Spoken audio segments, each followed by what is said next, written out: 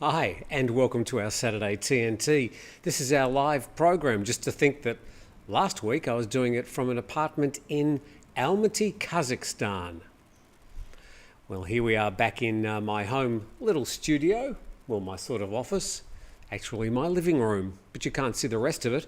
Now, it is great to have you with us. We're here to talk, well, about anything that you want to, but principally I want to, oh God, what a mess.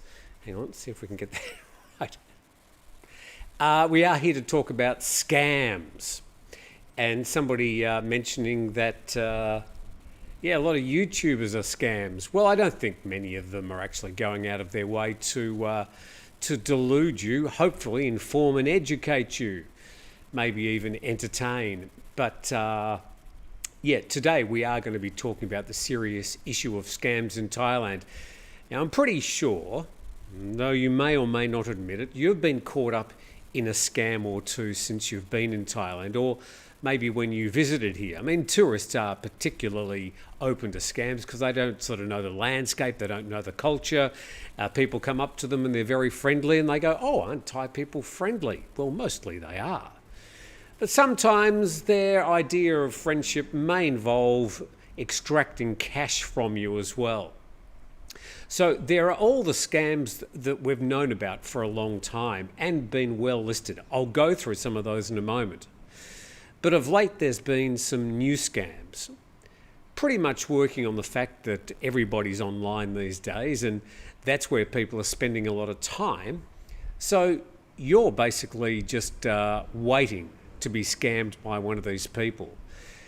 Now again, you might think, oh, I'm smart, I'm not going to be caught up in this scam. Unfortunately, a lot of you are getting caught up in these scams, and some of the older scams we could regard as annoying. Some of these newer scams are wiping people out financially. I mean totally wipe them out. There's, particularly in Thailand, mostly Thais being caught up in this, but I have had some foreigners contacting me of late talking about the scams that they've been caught up here in Thailand. So definitely something worth talking about. Excuse me. And I do want to hear from you about the scams that you have been caught up in as well. Now look, let's just start by going through some of the older scams, the ones that you know about. I'm going to take you to an article. Good heavens. Was doing so well until I turned the microphone on. Let's go here. This article, by the way, is published in Tiger, and it's been written by a fetching young lad. What's his name? Oh, Tim Newton. There you go. So let's just... this was written a few years ago.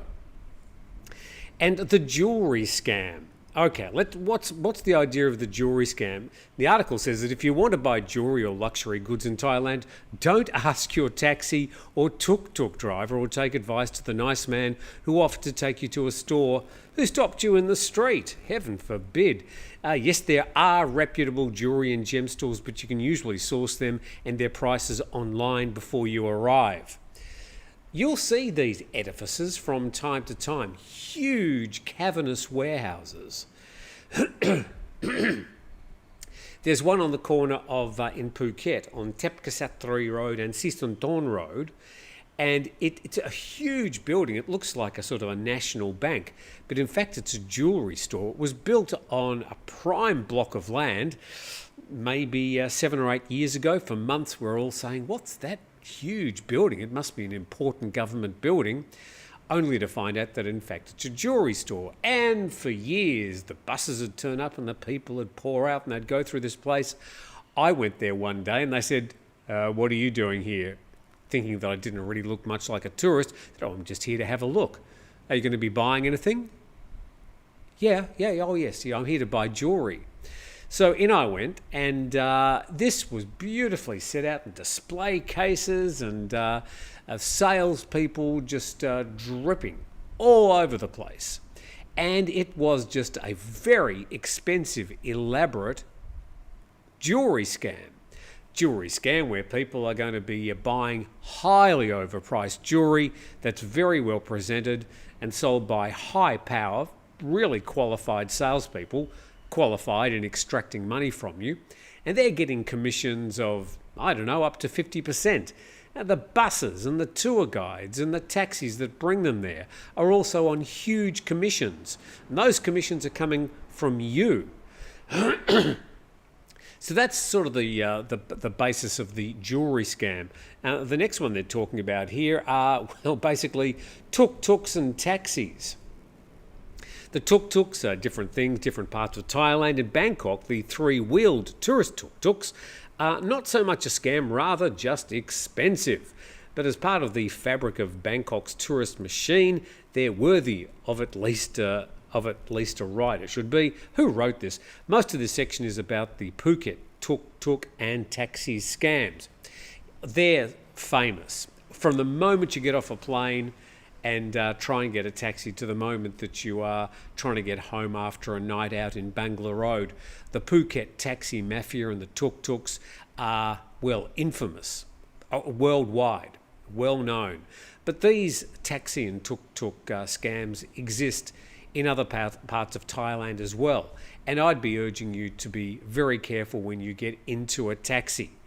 Now, you've got your personal safety to worry about, but if the taxi driver starts talking to you and saying, I've got a brother, or, oh, I've got a cousin who's got a store, you just know that you're on your way to an annoying delay. The best thing you can do is say, oh, actually, I'd like to get out right here, pay them the full fare and just get out of the taxi and start again. Now, this is annoying rather than anything else.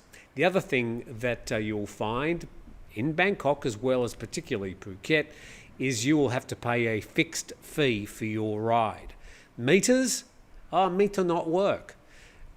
Something about the salt air in Phuket seems to prevent all the taxis from having their meters working.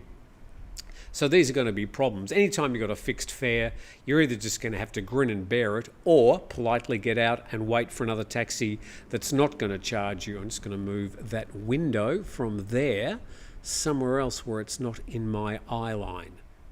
Sorry, just a few technical things. So, taxis and tuk-tuks, just be very, very careful, particularly when they start talking to you. Now, the next one we've got here, and this is a well-known one again. These are some of the old ones that we've all been caught up in. The attraction closed scam. So you arrive at a attraction, might be the Grand Palace. It might be, it could be anywhere where a lot of tourists go.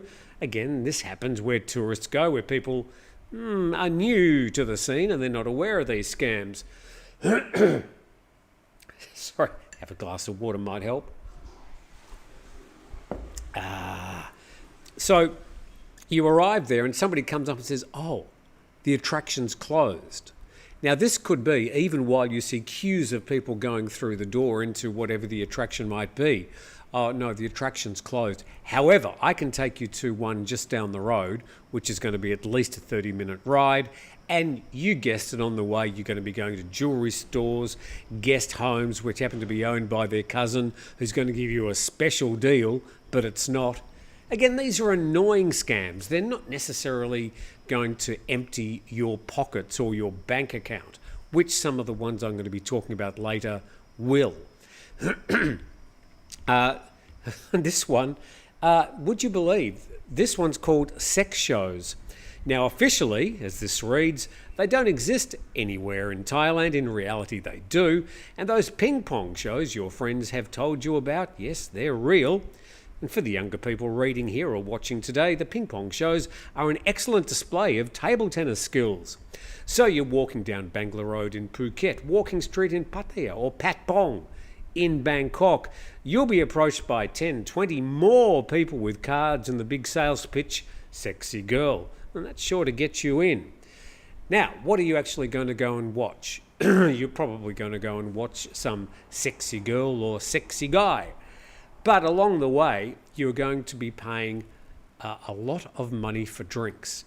Now, at that stage, when you sort of had the sales pitch, the last thing on your mind is, I wonder what I'm going to have to pay for the drinks. But the very best thing you can do before you go into the venue is say, I want to know how much the drinks are before I buy one. Now, it's not going to go down very well, but It's a good and legitimate question. Now, if they tell you a price, you're probably going to be paying more anyway, but just be aware that once you go into one of those shows, you're going to be paying for it through drinks. And that includes if you start chatting to some of the ladies or the guys, you are going to be paying a lot of money for drinks. Your drinks, their drinks, and probably their friends' drinks as well. Famous, if you've ever gone to any of the seaside resorts, the jet ski rental scam, and this is much the same with motorbikes around Thailand as well. Just to paraphrase, who wrote this stuff? It's very, very good. If you rent a motorbike or a jet ski, go around it with your mobile phone and photograph every single angle of that jet ski or motorbike before you rent it. Because sure as eggs, if you don't be careful about showing them that you know that you might be scammed and taking lots and lots of photos, by the time you come back, they're going to go, that scratch wasn't there when you rented it, or that ding, that's going to cost you a lot of money to repair. What are you going to do? They get the police along, the police are going to side with them because they don't know, unless you've got some photographic evidence that those scratches were there when you rented it. So if you have to rent a motorbike or a jet ski, I'd probably recommend you don't. Even if you've got an international driver's license, you do need, officially in Thailand, some sort of real Thai motorbike license or an international motorbike license. But all that fine detail is not going to matter when it comes to these scams. But if you don't have a motorbike license in Thailand or out of the country, don't rent a motorbike. Good God. Right, motorbike scams are listed there. Wonderful article. I'll probably put a link to this. Oh, no, I won't. I would have put a link to it in the description, but the fake consulate scam. What's this one? The scam targets tourists and expats crossing the border from Thailand to Cambodia in a taxi or tuk-tuk. It can involve just about any other border crossing from the kingdom.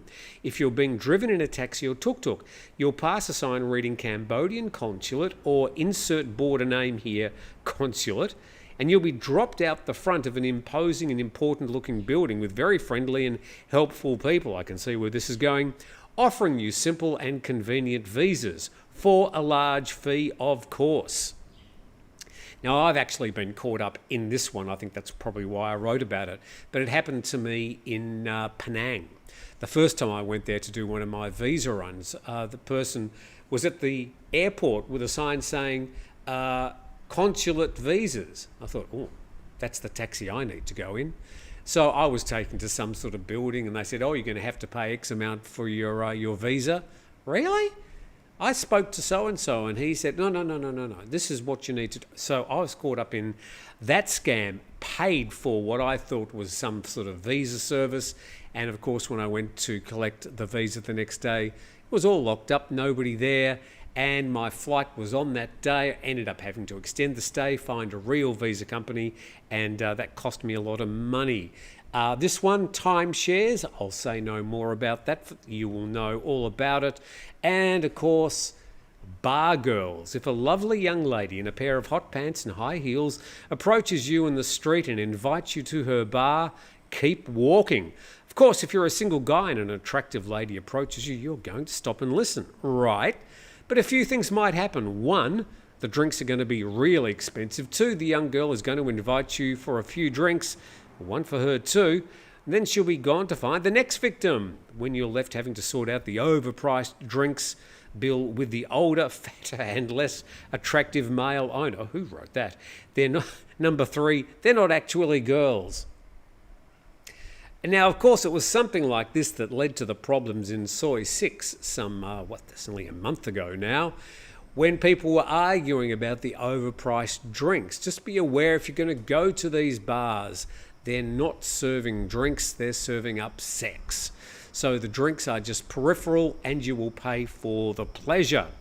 And of course, what else have we got here? Oh, the tailor scam. We all know about that. Okay, so you got the idea. All these are some of the scams we all know about and we've seen. Some of them we've walked into with our eyes open, and they've been annoying.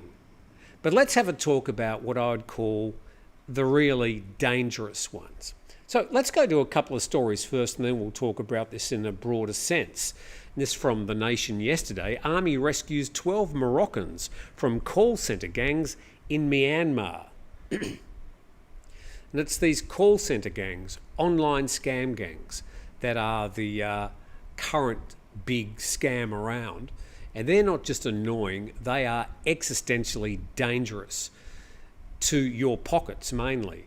But there's a lot of other victims involved in these call centre scams, like these people. Here they are, just arriving back in Thailand after coming across the river. So one side of the river, you've got Thailand. Just across there, you've got Myanmar. And that is part of the problem, because these scam gangs, whilst it might be difficult for them to operate in Thailand, much easier for the police to get to them, much easier for them to be tracked, etc., just across the river, they can access all the 5G online Wi-Fi and stuff, run their businesses, and the Myanmar military have just got a lot of other things to worry about at the moment besides these online scam gangs. And some of them run under the guise of casinos. Some of them have got a glossy, a bright light, big sign casino at the front. They might even have a casino at the front of the building, but out the back is a huge warehouse with accommodation, lines and lines of tables, lots of young men and women who have been scammed to work there. They're also victims. Let's see what happens with these people. And 12 Moroccan nationals who had been offered jobs in Myanmar's casinos but ended up working for call centre gangs in the border town of Myawaddy were brought to Thailand on Friday via the Tak border checkpoint. And this is the young people. They thought they were going to have a good job. Well, it looks like a well-paying job. The ad looks legitimate. The flights are included in some cases. But they end up in these call centre gangs pretty much working as, well, sort of paid slaves. After interviewing the victims, officials found that 21 of them had been scammed by a call centre gang in Morocco. Of them, 7 were released with when their families paid off the gang. And this is the way often that these victims that are sort of hired to work in these places can get out. I mean, they're not allowed just to walk out and leave. The families often have to pay huge sums of money to get the scam gang, the people running the scam gangs, to release them. Two of the victims decided to continue working there. Well, at the end of the day, the ones that are good at it and cooperate with the scam gangs can make a lot of money themselves, pretty much scamming their own countrymen and also other people speaking, whatever language that the scammers are working in. But these are people that are either going to be working online or on the phone and giving you calls or making you offers or sending you messages. This is coming from these scam gangs. And Ranksamon Rome, who is an MP for the Move Forward Party, said measures should be implemented to protect people from being deceived by these scamming gangs. The issue here is not just human trafficking, but also stealing victims' properties, violating their rights and other illegal work. So these scam gangs are scamming the people who are doing the scamming, forcing them to work under horrendous conditions. And if they decide, I don't want to do this, this is not what I was hired for, then they could suffer solitary confinement, some sort of torture, usually mild, but also electrocution. They're going to electrocute them and harm them and hurt them to make them behave, encourage them to stay, whatever. So this is some sort of modern day slavery. How many of these call centre gangs exist on the borders of Thailand? Well, it's Thailand and Myanmar, it's Thailand and Laos, it's Thailand and Cambodia, principally those 3 border areas. The Thai-Myanmar border is the biggest problem, partly because it's the longest border, some 2,500 kilometres, and it's also the most disorderly. It's the most lawless border at the moment because, well, a lot of these scam gangs are doing the work for the rebels who might be fighting against the Myanmar army. If it's in a Myanmar army sort of held area, they're making money for the Myanmar army in many cases, or paying them off. I mean, it is so convoluted. But for example, on the Thai-Laos border, there are also some very well organised casinos where casinos are rented by often Chinese scam gangs, and they rent out the area and all the compounds around them for accommodation and for all their facilities. And these end up with sort of wide fences, and they become their own community with food and restaurants and accommodation and entirely set up. And recently, they're also been set up to be moved quickly if they need to. So, there's quite a few interesting reports on YouTube, actually. If you sort of type in online scam gangs Laos, online scam gangs Myanmar, Thailand, you'll find some quite interesting reports, people who have put themselves in danger to bring that imagery to you. 3 or 4 of these call centres, 3 or 4 of these scam gangs, there are hundreds of them, literally hundreds, possibly thousands, because there undoubtedly are many that the authorities don't even know about. So we'll go back to some more articles in a moment, but this is one of the modern day problems. But I'd like to hear from you, and we will now go back and have a bit of a look at what some of your comments are about scams. So let's have a look, and thank you to these super chats. We've got Aussie Chris. Thank you very much, Aussie Chris. Morning, Tim. Got caught up in a scam, not during COVID. Got addicted to this Aussie legend doing a news program and haven't been able to stop yet. Love your work, mate. Keep going. I thought you were going to give us a serious one there for a moment. Thank you, Aussie Chris. Thank you very much. I don't think I'm a scam. I'm certainly not forced to stay here. I can get up and walk away anytime I like. I can even go on a holiday to Kazakhstan, where I'm working every day. Daryl McGee, as usual. Gee, Daryl, thank you very much. I have to agree with Aussie Chris. Thank you both very much. I appreciate your generosity more than you could think. I don't know if you're talking about scams. YouTube has changed a lot of its layout. I notice when I'm uploading, a lot of things have moved around. It looks different. So I'm not sure what your interface is like these days, but it might have changed as well. But I don't think that's a scam. I think that's just moving forward. But you might notice it's looking a little bit different. Let's read some more of your comments about scams, which is our topic today. So if you've been caught up in one, if you can keep it short, just write it up and we'll see what happens. Jumoto, good morning everyone. Can I get some cynical comment in early and say biggest scam? Marriage. Ooh, them's fighting words. Thug life. Hey all, am I the only one with the new YouTube layout? There you go, where I can't see the option to hit the like button. Heaven forbid. The greatest irony I've seen was a Thai woman telling on the phone her buffalo was sick and him hanging up and ending it. Indeed, the animal lay on the ground, eyes rolling after a snake bite. Oh, the buffalo really was sick. Paul Timmis, blackboard to Mr. Squiggle. Hurry up, hurry up. Okay, I know I was about 6 minutes late today. I apologise for being late. I had to do my hair. Alan James bought a DeWalt drill online a couple of years ago and received 10 baby toothbrushes instead. Yeah, something got lost in translation there. Luckily, paid with an Australian credit card and they returned the money. I think that's probably more of a cock-up or a mistake rather than a scam. Oh, KJ, thank you very much. Congratulations on the 35,000 subscribers. I just noticed this week I have clicked over 35, and I'm glad to say, genuine subscribers.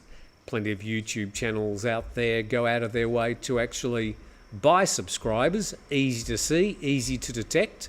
You can go to socialblade.com, type in the particular YouTube channel you'd like to check out their details.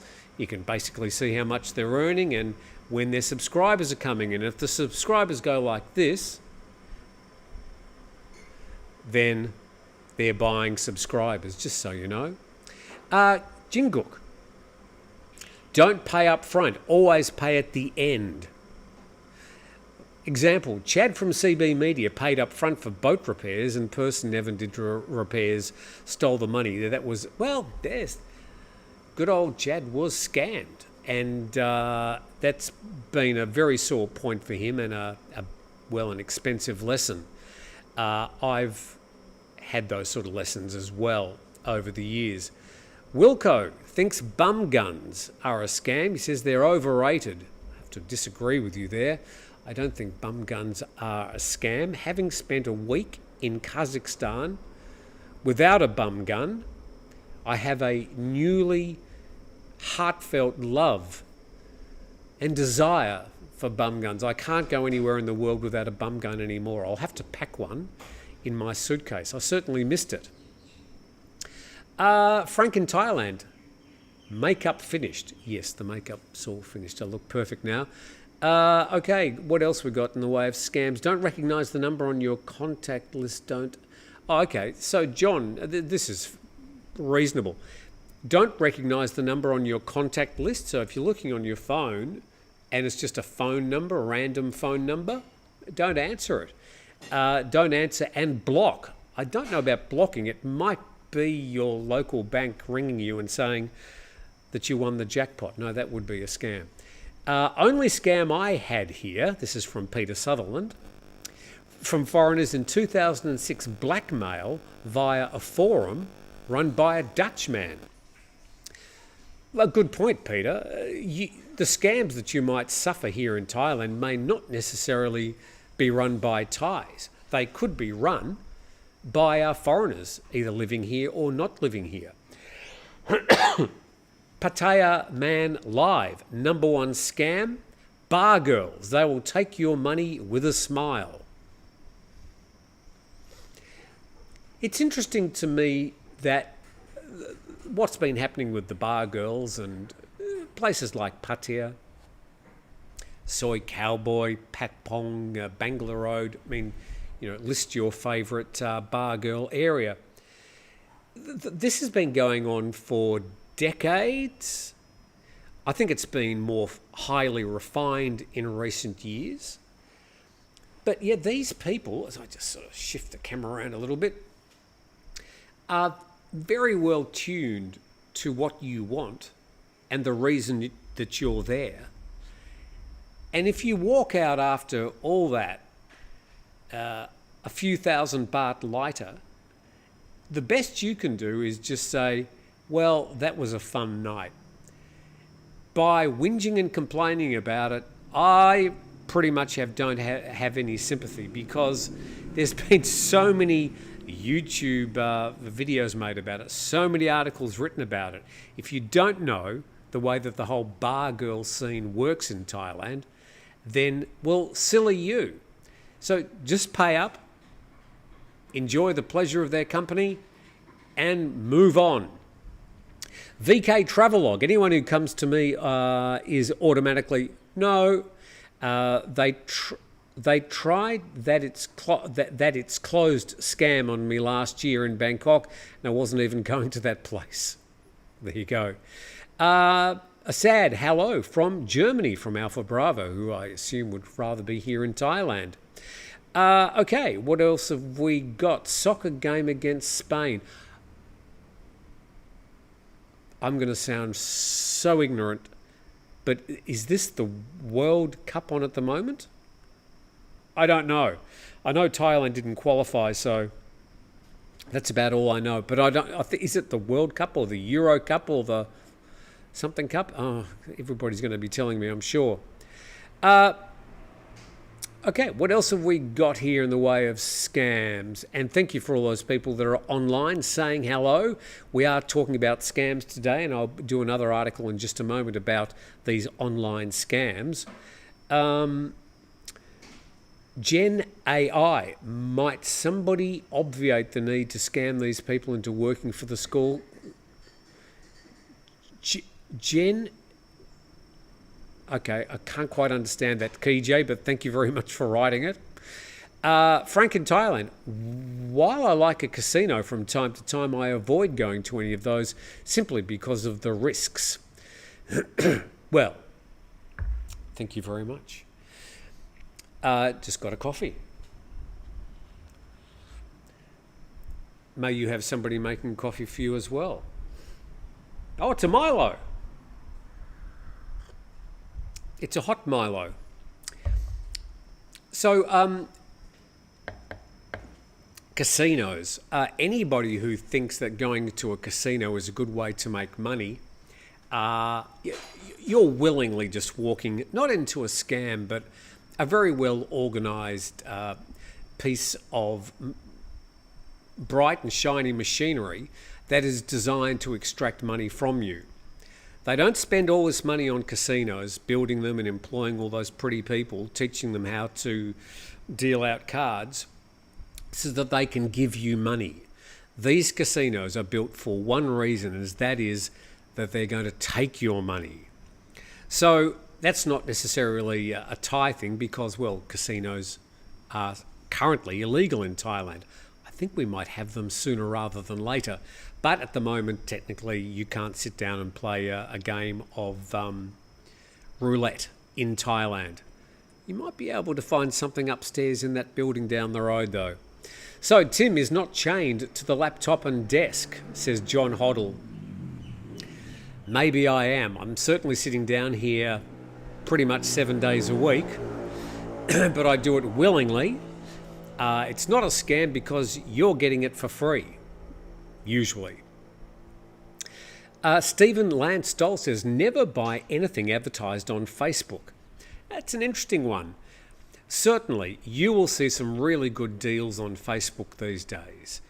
I saw one the other day, and I don't want to name them because it may not be a scam.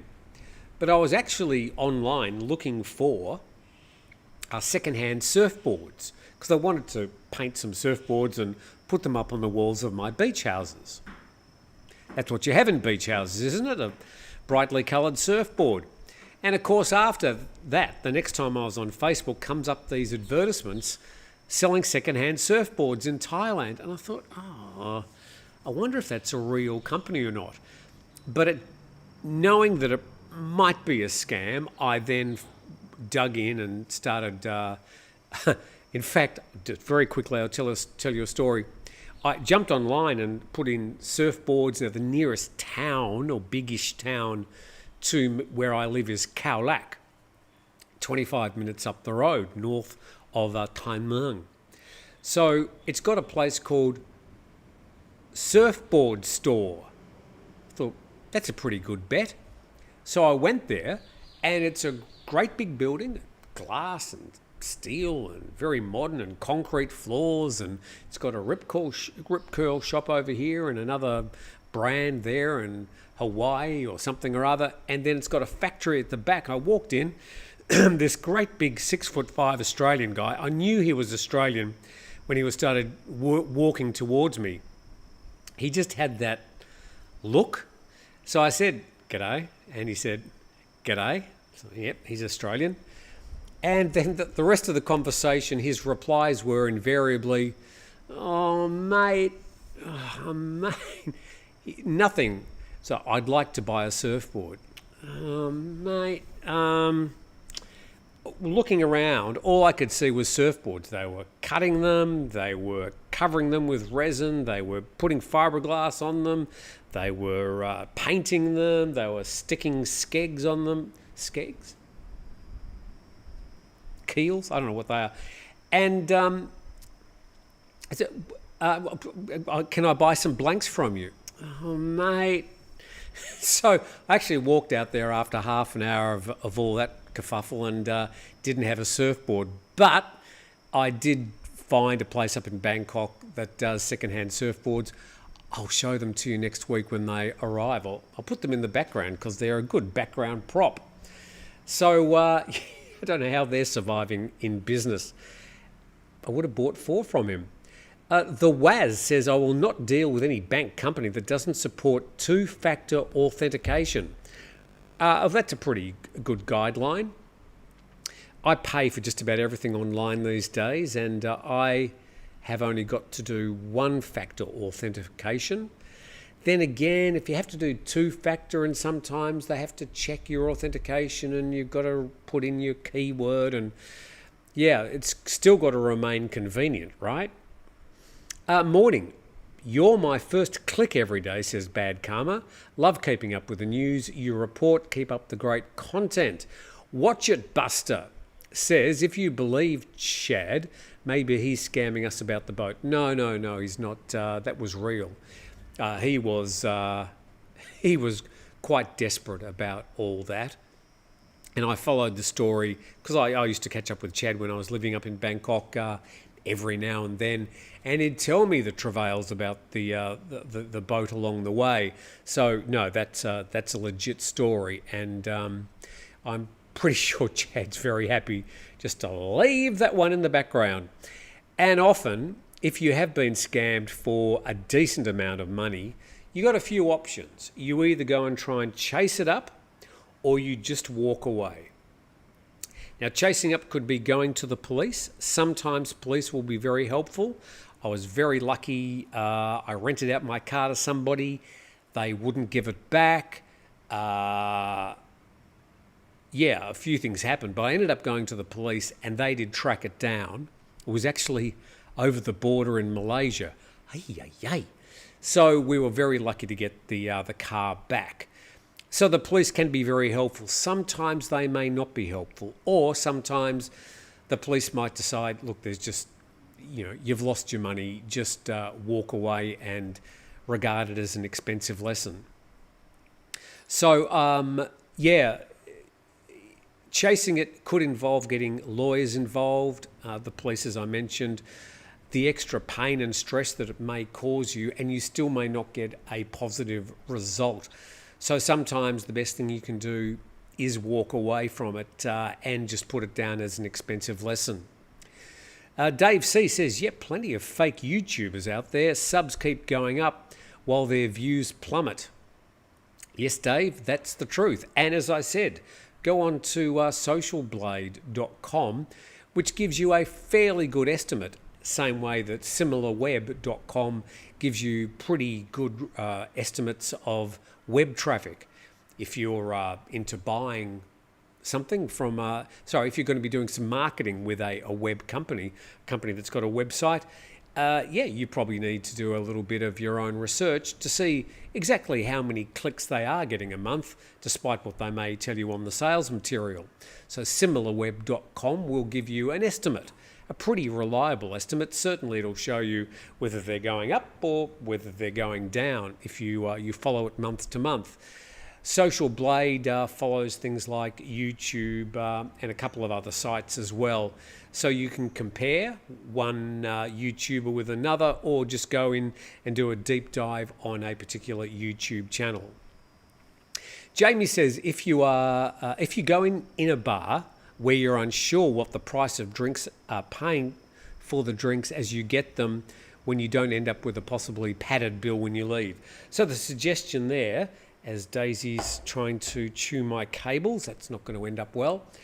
Pay for your drinks one by one. How much was that drink? Oh, okay, here you are.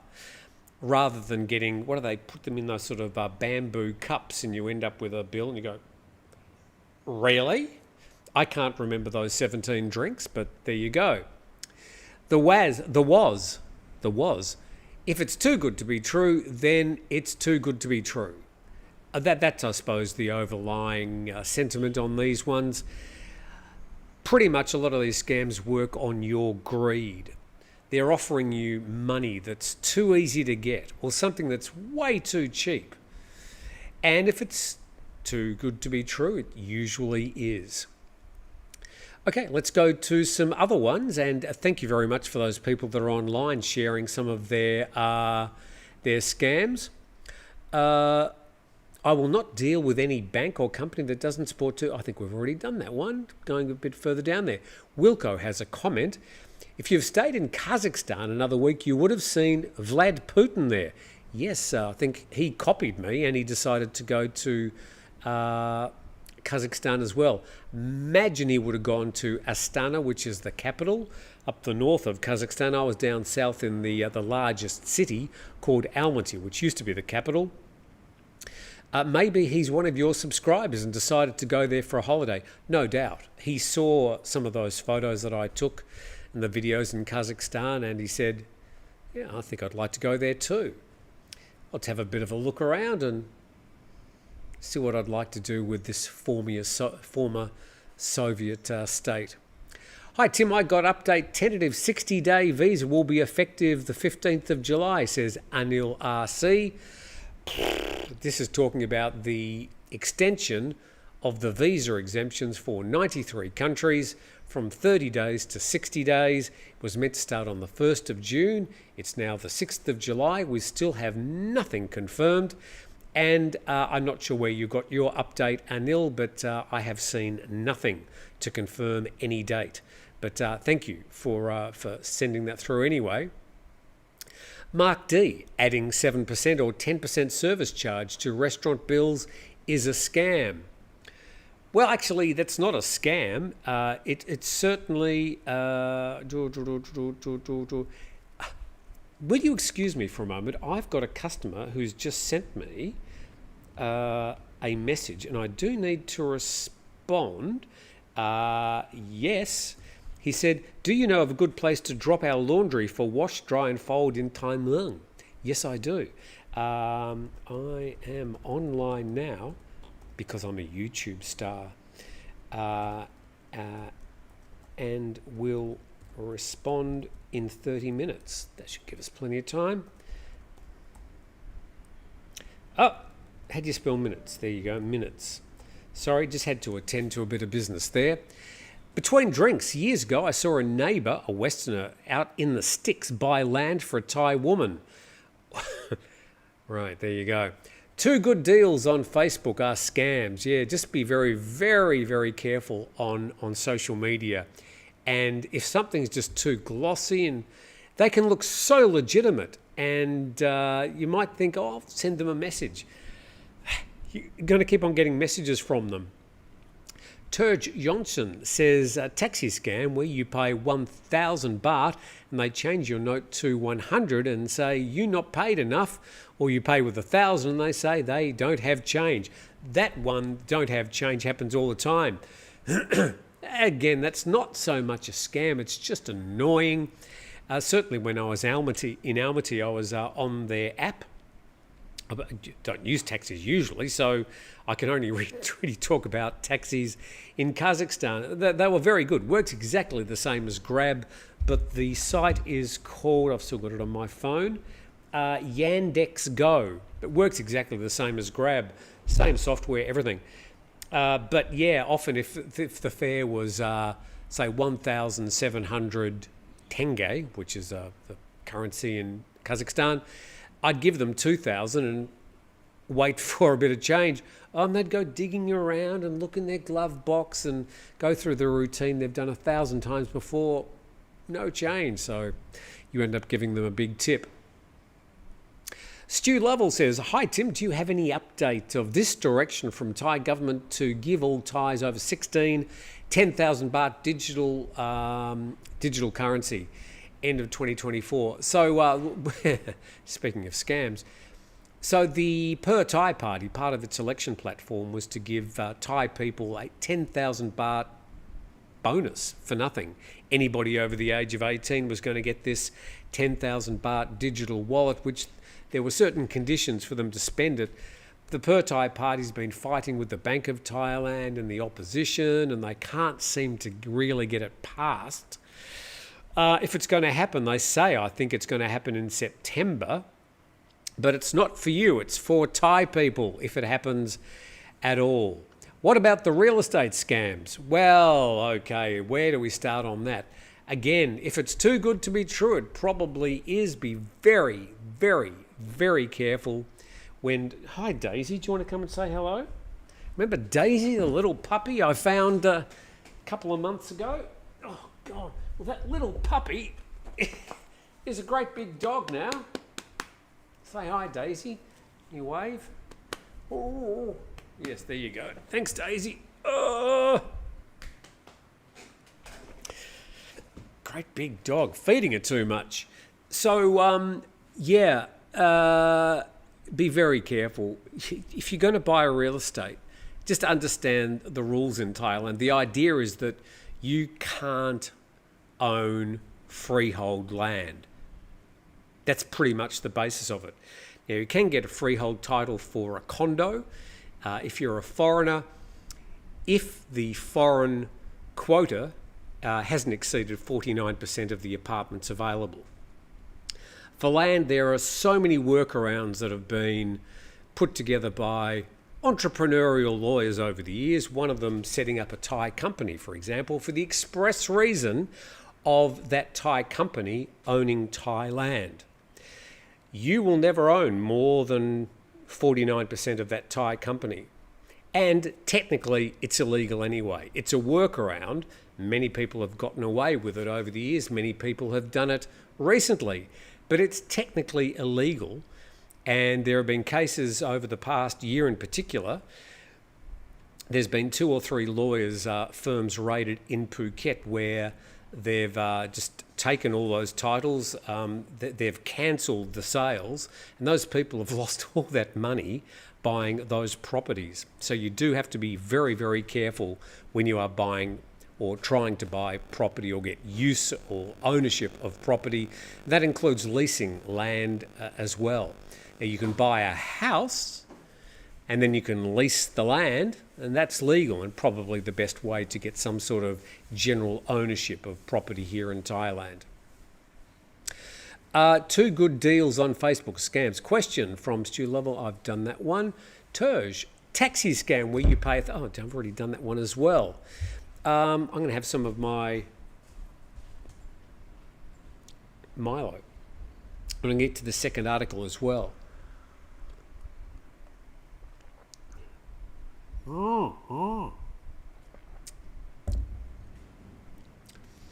Yeah, if you do get caught, this is a good bit of advice from Heiko Homburg.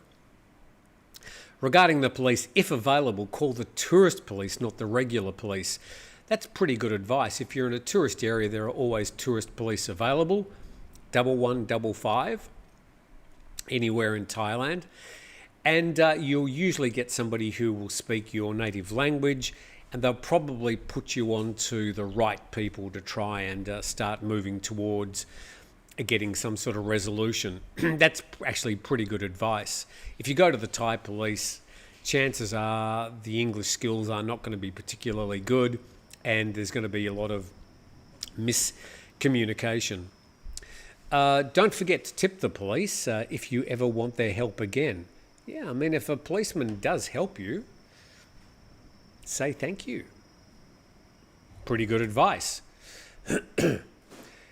Nick S. Conclusion to the 2 main political issues over the next couple of weeks or more: kicking the can down the road, and weaknesses in the Thai economy, while those involving kick the can. Not sure if that's a scam. That's just politics. How could Chad be scamming us? Years ago, first time I went to Patong Otop, my bar bill at the end of the night was 16,000 baht. Didn't know about it, was too drunk to know about ringing the bell. Oh yeah, don't ring the bell. Money laundering. Okay. Just back to my customer again. I'll be back to you in moments. Okay. Every single condo I tried to rent on Facebook, that one's rented, but we have these other ones. Had to go with an Airbnb. Yeah, there you go. Yeah, just again, doing any business in Thailand, it's really incumbent on you just to proceed slowly, do some research, don't rush into any decisions, and if you've got a trusted Thai friend, get them involved with helping you do whatever you're doing, and they can usually get around some of the more obvious ways that you could get ripped off. Which takes me to this other article. No, it's not there. Here it is. And here we go. Press that button, Tim. No, try pressing this one. Members of transnational scam gang are arrested. 6 suspected members of a call centre scam gang have been arrested with cash and other assets valued around 30 million baht. It was a hybrid scam gang. That means probably quite a few different scams in operation at the same time. It was called Lockstar. And they raided 4 locations, Bangkok, Chiang Mai, Nonthaburi and Pathum Thani, resulting in the arrests of 2 Chinese nationals and 4 Thais. They were charged with illegal assembly, colluding and participating in a transnational crime organisation, public fraud, putting false information into a computer, and money laundering. In other words, scam.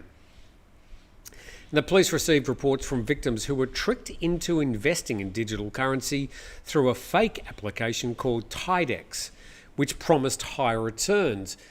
Again, they're appealing to your greed. Big returns, guaranteed returns. Often these are Ponzi schemes, and they operate well until, well, they don't operate. So they're usually giving you a few returns to sort of get you in, and they're paying you those returns with the money they're getting from new people who are subscribing to whatever they're offering. So just be so careful with some of these. Again, it's something that's new, these cryptocurrencies. So unless it's something well known like Bitcoin, arguably some people could say that Bitcoin's a scam as well. Just looking at the way that it's going at the moment, well done for those people that invested recently. So just be very careful, because with these ones, you're not going to lose 5 or 10,000 baht. You could lose everything. Oh, I'm getting a couple of good returns, so I'm going to put some more money in. Or some people put all their money in. Highly risky and dangerous. Then what happened? The victims cannot withdraw the money since the scammers claim that there's a tax issue, leading the victims to add more money into the app, and the scammers then transferred those monies to their private digital wallets to avoid investigation before selling the cryptocurrency and converting it to Thai baht.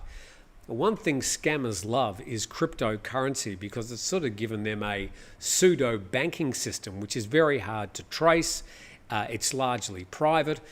And the scammers are running the risk of losing their money, but it's also a way of money laundering that's extremely effective. So, yes, just be very careful with that. Okay, Wilco's got a comment. When given a price by a taxi, make sure you ask if it includes the expressway tolls. There you go. If you're catching a taxi from Suvarnabhumi Airport to Bangkok, you can go via the tollway and probably cut 10 minutes off your journey. But there's an extra fee involved. They may not tell you about that. They'll often hit you with extra at the end of the trip without saying plus tolls in the original price. Hate all the advertisers popping up in a live sending. Are you talking about my program? Yeah, I've got, what are they called? YouTube ads, Google ads coming up during the program. That's not a scam. That's just me hopefully getting some sort of return for my hard work. The shopping scam, when you pay by scan into their private account. You pay by... okay. So you go into a shop, you might go into Central or something. This is an interesting one. It's not going to happen in a legitimate shopping centre, I don't think. But yes, the person they can show you the the QR code on their phone that you would scan and then pay. What's stopping them from showing their personal account QR code instead? They're probably only going to be able to do it a few times before somebody's going to come walking back in the shop saying, whoa, something happened. The police were contacting me, blah, blah, blah. So, yeah, be very careful when you're paying by scan. I pay 99% of my bills and everything I buy by scanning the QR code and just paying. When I was in Kazakhstan, they had the tap thing where with your debit card or credit card, you just tap their machine and the money's automatically taken in less than a second. So that would be a good service to come here as well. Always pay cash on delivery, COD, and check the goods before handing the money over, says Jamie. That's good. I mean, if you are buying from Lazada, for example, 99% of the time you can get a cash on delivery. So they'll deliver the goods and then you pay for them when they're here. That's a good safety thing. I don't usually do that because I haven't had any problems, touch wood, with Lazada. But yeah, COD is certainly a way that you can avoid being scammed on Lazada or any other online delivery company. The massage scam where the lady rubs the same place for 1 hour. Well, it depends what that place is, but that's just a bad massage rather than a scam, I would say. Somebody was talking to me the other day. They said they wanted their shoulders done and they rubbed just about anywhere else except their shoulders. So that's more a communication problem, I think. Wouldn't they display the receiver's name before you confirm the QR code transaction? Yeah, might be in Thai language though. But yes, sure, you just need to be extra careful, especially if they're smiling at you at the same time as you're trying to do your scan. Maui Mixer heard about government officials selling land that was protected like national forest land. What happens? That's a good point. In fact, there was a official who 20 years ago was in Udon Whoop Whoop, and they were giving titles out for pretty much crown land or protected land, and obviously pocketing the proceeds. But he's been caught, and there's been a lot of these fake titles around the country that they're slowly working through, and a lot of buildings built on these protected lands slowly being removed, destroyed, or they're in court, and some of them for a long, long time. Daryl McGee, hi Tim, I've seen Tap and Go in many shops in Thailand already, but been a long time coming. Daryl, I haven't seen it yet, but I'll be watching for that because I think that's like scanning the QR code is a quick way to pay for things. James B, years ago I got scammed by 3BB in Hua Hin, paid for internet modem and installation. They never did and claimed I must pay again because they had no time the past week to install it. Yes, that is either mismanagement or it could be a scam. So I suppose the bottom line in all this is just to be particularly careful. Just have your ears and eyes open whenever you're about to spend money on anything. Somebody stops you in the street. You see an interesting advertisement on social media. Somebody calls you on the phone. Just be extra careful, more so than you've ever been in the past. Because as I mentioned, some of these scams in the past were just annoying, but some of these new ones, once they get, for example, into your bank account, can wipe you out. Take every single cent that you've got. And that's the last thing you want. And that's going to lead to all sorts of problems and depression and people stuck in the country. And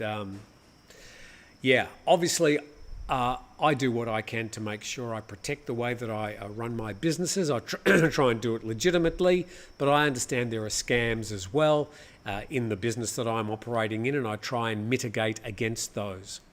Because these online scam gangs that are operating on the borders of Thailand, less so in the country, some of the smaller scam gangs might be operating in the country, but the police can raid those properties and they're gone, just like that last one I was talking about there. But there's these ones around the lawless border areas of Thailand that are the real problem, because they're pretty much untouchable. All the police are being paid off, or they're unwilling to raid these properties. And these are the gangs that you need to worry about. And as I said, there's hundreds and hundreds of these online scam call centres being built, many under the guise of a casino at the front or some other frontage that might look entirely legitimate as you drive past it in the street, but might house a whole number of people who are there illegally, held against their will. They're victims as well. So I would urge you to be extra vigilant, be careful, don't pay ahead of time. That was a good, with online deliveries. Yeah, do them COD. I might start doing that myself. Just a couple of other ones because I do want to read as many as I can. Best protections against scams is a Thai partner. Usually, yes.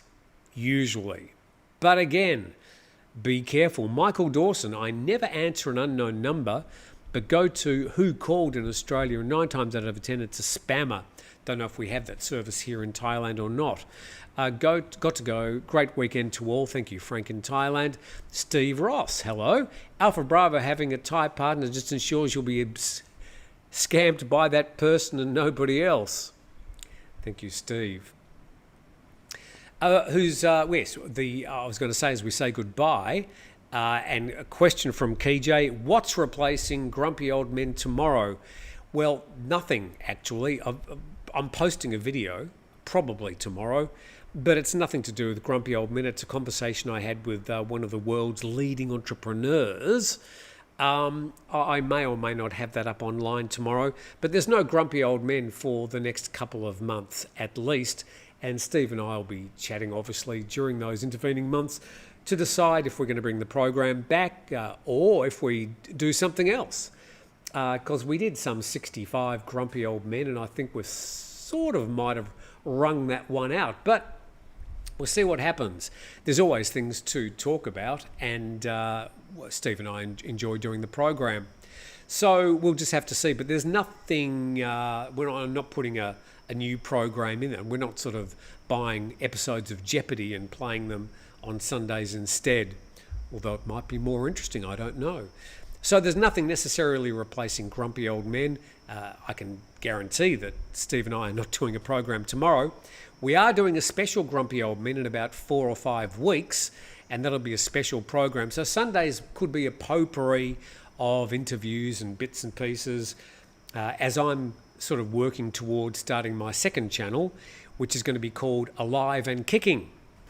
And it's going to be sort of focused on living a good life into your 60s, 70s, 80s and beyond. So there's lifestyle, there's health, there's a bit of nostalgia there, looking back at things in the past, comparing them to trends currently, all sorts of things. So I'm working on that channel and I hope to make it interesting for everybody. And grumpy old men might be part of that channel as well. Flourish, this is our last comment. It can be hard to tell a genuine business from a scammer. I recently paid a 2,000 Canadian dollars deposit remotely via bank transfer. All was legitimate, but sometimes local business practices can seem like scams. That's a very good point, isn't it? Sometimes legitimate people are just trying to do their business and we're going, oh, this is probably a scam, where it may not be. Thank you for watching today. I'm going to need some water and some Milo. Hopefully you've enjoyed the program. Please subscribe to the channel. Thank you for the super chats. Been great having you with us here in my living room over the past hour or so. And we'll be back on Monday. Maybe something tomorrow, I'm not sure. But certainly on Monday we'll have our regular daily news program. Thanks for watching. Have a great weekend.